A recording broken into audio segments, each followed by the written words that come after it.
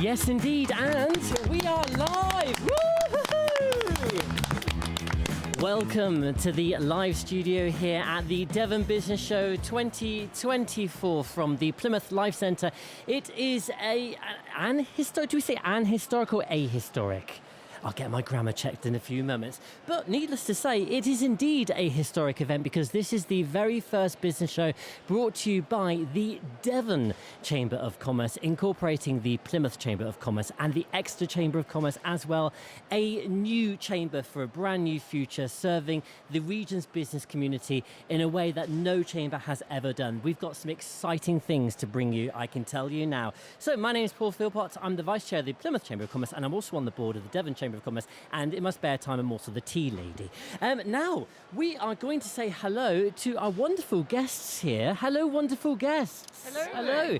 Hello. We've got from City College Plymouth our headline people partner, Lee McQueen. Hi there, Lee. Hello. Hello, Paul. Hello. I'm expecting good things from you because you've done a few of these before, haven't you? I have. I'm experienced as a podcaster now. You are indeed. We've also got from Westcotts, Matt Keane. Hello, Matt. Morning. Have I had you on a show before?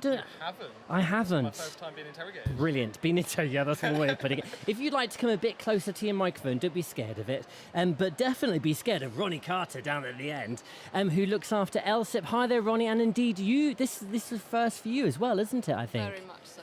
Yes. Are you looking forward to it? I am. Hopefully, I can get across the message.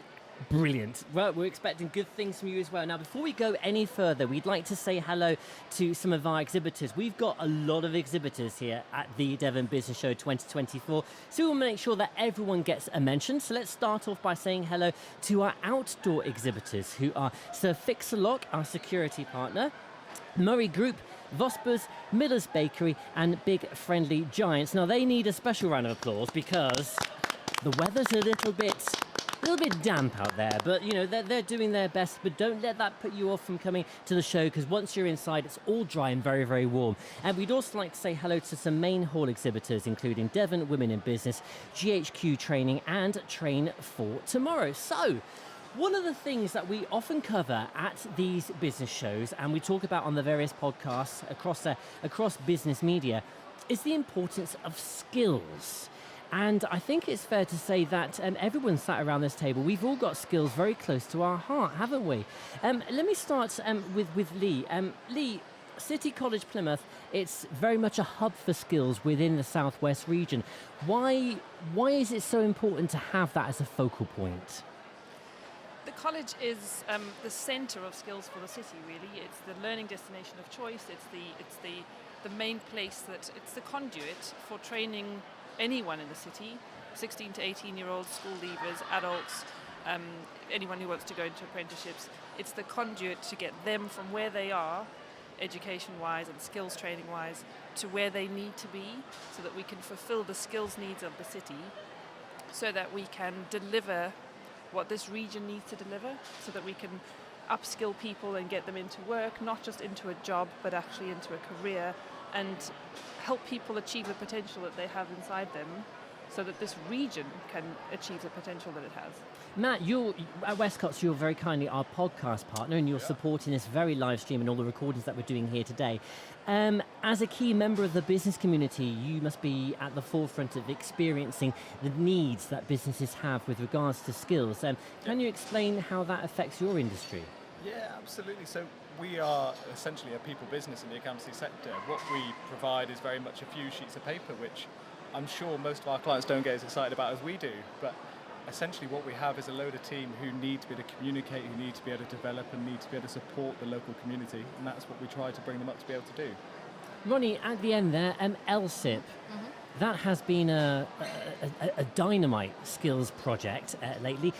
There may well be quite a few people who don't even know what LSIP stands for. So can you tell us about LSIP and what it hopes to achieve, indeed what it has achieved so far? Yes, no problem. So LSIP is the Local Skills Improvement Plan, and it's a statutory guide that kind of links and becomes that conduit in between the private-public sector, and definitely puts employers' voices at the heart of skills planning, skills development from within the region as well. So we were quite lucky today that the LSIP is the business breakfast partner And Mel, who's the policy lead from DFE, came over and kind of connected and spoke to the businesses about the national impact. Regionally, we have had consultations done with over 700 businesses from all different industries and sectors that kind of came together and told us what's really needed and how to almost shape the skills provisions moving forward. So you've reached out to businesses in the region, you've taken their input, and then you've helped coordinate the new skills approach with regards to educators just like City College Plymouth. This is very much an example of teamwork at its best. As an employer, Matt, you obviously have certain skills demands. This must be music to your ears to be able to sound off your needs. Yeah, absolutely. So I think there's always a bit of a blank space between what people expect they need to be able to do and actually what employers are anticipating. So to have a link between those who are trying to come through and those who are trying to employ is really important. Lee, what do you do with all this information, all this data, when it reaches City College Plymouth as an educational establishment? The information from employers informs everything we do. We work with employers constantly, and the LSIP's been fantastic for that. So we bring employers in on a regular basis. We have employer kind of steering groups that help inform the provision that we should be putting on. We have employers come in and work with our students and deliver some elements of our curriculum to our students, come and do talks about what it's like to be in their industry. We have students going out to do work placements with them. So over the last 4 years or so, we've become completely intertwined with our employers. We understand each other so much better, and we're working really closely. We are delivering the exact skills that they need. We know that our students are now going into industry knowing what's expected of them, and with the exact skills, and not just skills but behaviours as well, that they need to succeed in the workplace. Now, those of you who are watching and listening at home can certainly hear that the business show is picking up in the background. It's all of a sudden got incredibly loud down there, which is great news to us. Music to our ears, that's for sure. Ronnie, were you surprised about any of the findings that LSIP discovered? I don't think anything that we have kind of, combined, it was much of a shocker. It's something that kind of has been discussed in whispers, but actually for the first time ever, the employers' voices are being heard loud and clear and being put into a statutory guide.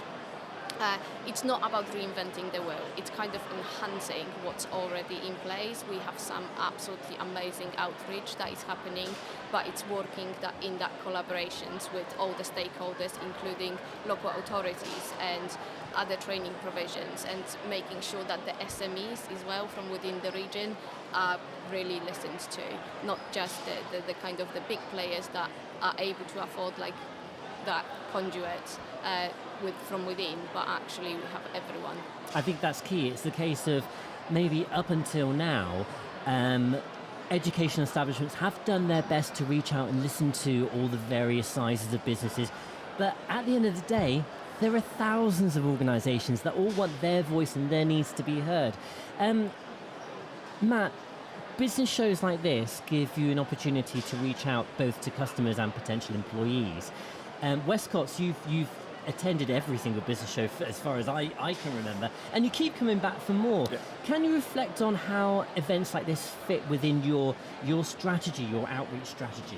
Yeah, absolutely. So the business show has been one of our kind of key events each year that we really look forward to. So there's a lot of work that goes in around the background to make sure the stand's entertaining, those who come along can really enjoy and hear what we have to say. And I think for us it's very much sharing that I counter think there's a perception of us, maybe we're not the most exciting people in the world. Well, and I don't know. I know Team Westcotts quite well. They're all right, yeah. And that's what we come here to show, is Absolutely. That actually it's not a bad place to work. It is quite an enjoyable place to be. So for potential clients, it's bringing that view that we're not stuffy and we're not going to make you feel really intense and confuse you with jargon when you speak to us. And for hopefully our future employees that we can meet, it's a nice place to be, and we're going to help develop you and bring you along. We can give you the skills that you need. We just want a bit of passion and a bit of enjoyment in what you do. Yeah, because at the end of the day, I think it's fair to say we're all people businesses, aren't we? Especially education. Definitely. And especially LSIP, reaching out to employers. But, we don't sit behind spreadsheets every single day. We need to actually communicate with people. And now, I'm not going to mention those two letters, but we know what they are, AI. With regards to that, I think the human element has become all the more important. Do you agree, Lee? I do. I think more human skills are going to become more and more in demand in businesses. We like to say at the college that AI is not going to replace people, but people who know how to use AI is going to replace people. So that combination of those AI skills and the people skills, the sort of what some people like to call the softer skills, are going to become more and more important. I think particularly things like empathy and being able to connect with people. And we're seeing that already actually from employers, where they're starting to say those are the things that they need us to help train people on. Those behaviours, that understanding the nuance of how to interact with other people is already becoming more and more important. Now, talking of empathy, I've actually got this glass of water, or a plastic glass of water, for Ronnie down at the end, because she said, "Oh, I need some water." And we thought, well, we just sent. Thank you. We sent a little scamp to go and get some for you, and there you are. Whilst you're sipping on that, Ronnie, what do you think the future holds with regards to the skills environment? And it's just such an ever-changing landscape. You've almost got, you're chasing a target, really, aren't you, with regards to what we need? I think that we can look at from both perspectives, from the educational establishment and kind of from the businesses, that those words kind of need to collaborate and move together, because it's not just about the current skills that we need right now for the economy to move forward, but the skills that are yet to be developed in the future, with digitalizations and making sure mobilizations and making sure that we can kind of bring the investors into the regions, because we have the young people, everyone upskilled and everyone has the accessibility. But also coming from, the education provisions, making sure that the industry is fully understood as well. So working for the, businesses, working with them to make sure that upskilling is current. The region has a bright future ahead of it, and Yes. and I think I obviously believe it's the best place to live and work, which is why I'm still here after 105,000 years. Lee, City College Plymouth, it doesn't just look after Plymouth. It has its tentacles go out far and wide. You are genuinely a hub of learning and development for people, whether they live within the city or outside the city's boundaries. Can you tell us a little bit about what City College Plymouth offers in that arena? We do work outside of Plymouth. We obviously are mainly based in the city, but with devolution, things are going to be changing a little bit. We do have a lot of students who come from the border sort of areas of Plymouth, though, from Cornwall and from South Hams.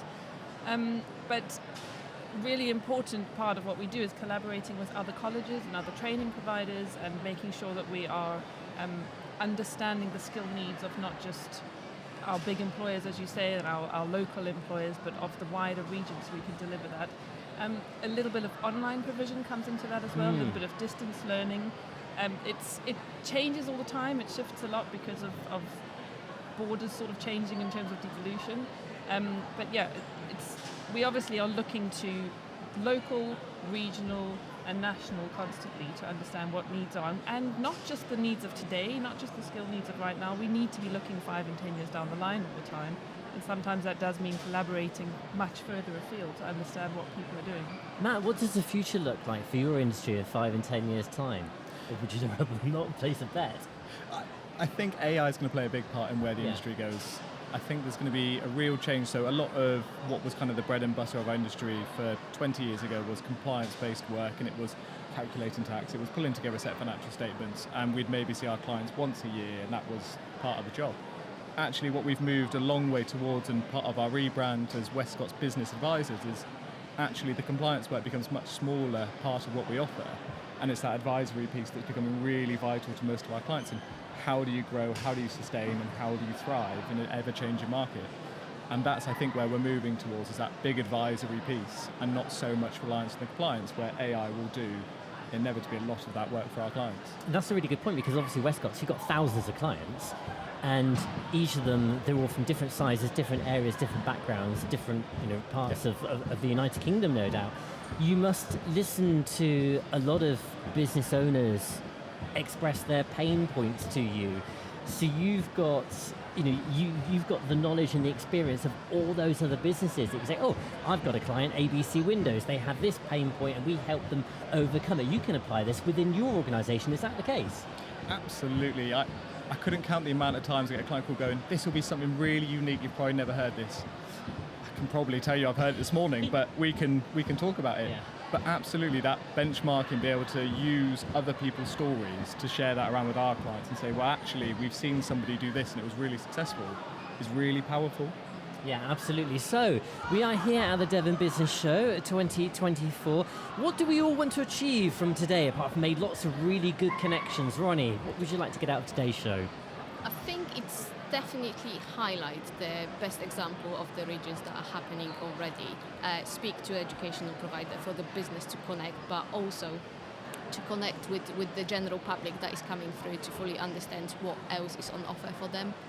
Lee?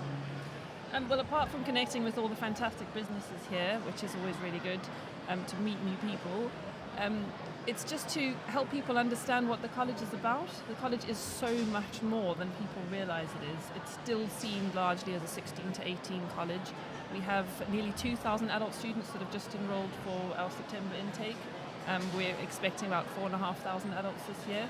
So massive amount of adult education going on. We also have about 800 apprentices at the college of all ages. I think our oldest student this year is 79. So it's just helping people to understand it's so much more than just a college to go to when you're 16. And I'm going to name drop your chief exec, Jackie Grubb, and her podcast, Skillfully Speaking. In full disclosure, we produce it at Fresh Air Studios, but the college markets it. The college takes the program and pushes it forward, and it's become a national skills discussion phenomenon. Yeah, brilliant. We're really, really, really chuffed. So you do have quite a lasting impact with everything that you do at the college. Yes, and that is thanks to Jackie. She's got that vision of taking us wider than thinking bigger than we currently do, and making sure that people understand that the skills agenda should be at the heart of everything in terms of growth in the country and working with employers. Absolutely. Skills are key. Absolutely. Matt, what do you want to achieve out of today? Well, it's very similar. So continue to meet some of the excellent businesses that we don't yet Yes. know and work with, and show people that accountants can be fun. Yep. So for anybody looking for some entertainment, come and join us. We've got some good games. We've got some things to give away. Do you know what? Have you ever heard of something called the Excel Games? No, I can't. Oh, yes, I have. Sorry. You yes. have? Yes. Yeah. Now, you need to Google it, okay? Dear listener, dear viewer. It is actually gripping viewing. It's on YouTube. Ronnie, stop laughing at me. I think she thinks that I'm having you on, don't you? This is true. No, I'm very much of a little bit of an Excel geek, so There you go. I would definitely Google it. Maybe you should be Team Chamber. Yeah, the Excel Games, it's on YouTube. It's kind of like, it's a bit like, where they all have the microphones. And he's coming around the corner, but, and they've been given an amazing sum. Can they do it within 10 seconds? All this kind of stuff. And the challenges that the contestants get set is truly phenomenal. And it's a really high-end production. You've got to watch it, right? We'll have a gathering, have a viewing, or a mass viewing. Thank you very much, Matt, Lee and Ronnie, for joining us and for being our first guests here at the Devon Business Show Live. Now, before I leave you, I need to do some more hellos. We'd like to say hello to Wolferston's, to New Medica, to the Southwest Regional Cybercrime Unit, to Axis First, Southwest Fabrications, Devon and Somerset LSIP, and of course Modern Networks as well. Keep tuned, we'll be bringing you more exciting interviews throughout the day.